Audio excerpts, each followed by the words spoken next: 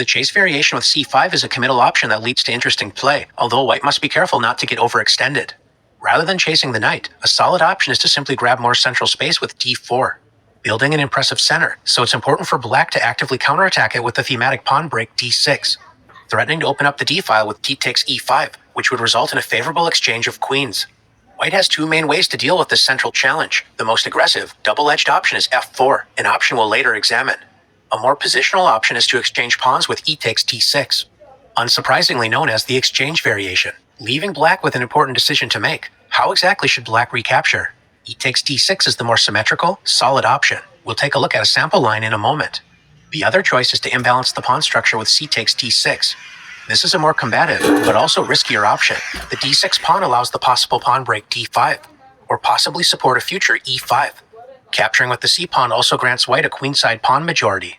A promising line for white is to play knight c3, intending to stabilize the queenside prior to completing kingside development. Black's most active option is to play g6, intending to add pressure against white's center with bishop g7, so white can anticipate this with bishop e3, reinforcing the d4 pawn, which also prepares to meet bishop g7, allowing the strong response rook c1, supporting the c-file while vacating the long dark square diagonal. After black castles, white can secure the c4 pawn, often a sensitive spot in white's camp, with b3. This is a strong practical weapon for white, as black cannot easily generate the desired counterplay against white's solid center. Striking in the center with e5 allows d takes e5, intending to exchange queens on d8, followed by c5, leading to a promising position for white. The other central strike d5 allows c5, when black's knight on b6 does not have a good response, as retreating the knight to d7 simply loses the d5 pawn.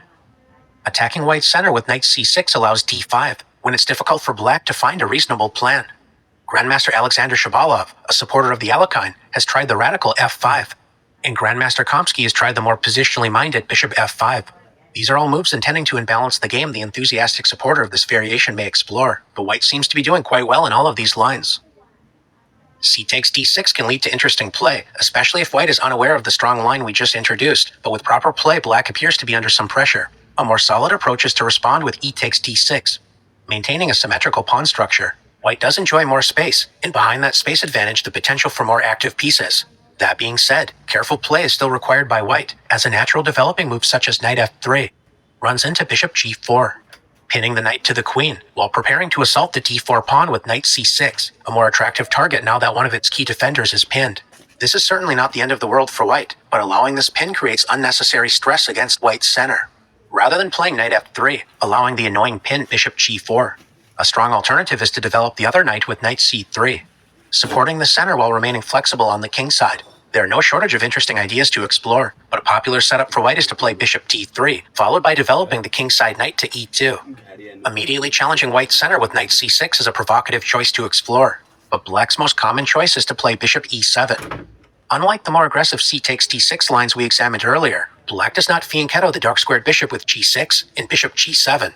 In this case, the bishop will still find life on the long diagonal from the f6 square without accepting any immediate kingside weaknesses. Let's take a look at white's popular choice, bishop d3.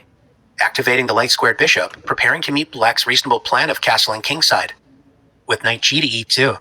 Developing the knight to the e2 square supports white's center while discouraging bishop g4, because if black decides to pin the knight. Not only can white play queen c2, unpinning the knight while attacking the h7 pawn, developing the knight to e2 allows the resource f3, gaining a tempo against the bishop and supporting white's center. It's worth noting that if black tries to take advantage of the exposed king with bishop h4 check, white can place both of black's bishops under attack with g3. Since the f3 pawn is now unprotected, black is relying upon the resource bishop takes f3, capturing a pawn while threatening the rook on h1. This allows white to build a serious lead in development by castling kingside, inviting sharp gambit play. But white also has another strong resource with the tactical shot bishop takes h7 check. If black refuses to take the bishop, then white is ready to castle with a strong initiative. White is prepared to meet king takes h7, with the double attack queen d3 check, regaining the bishop after king g8, queen takes f3. The semi-open f-file is a great resource for white's major pieces to add pressure against black's kingside, especially after white castles, building a strong queen-rook battery on the f-file. Notice that black's bishop has to spend another tempo retreating when white is ready to play b3, supporting the c4 pawn with a promising game.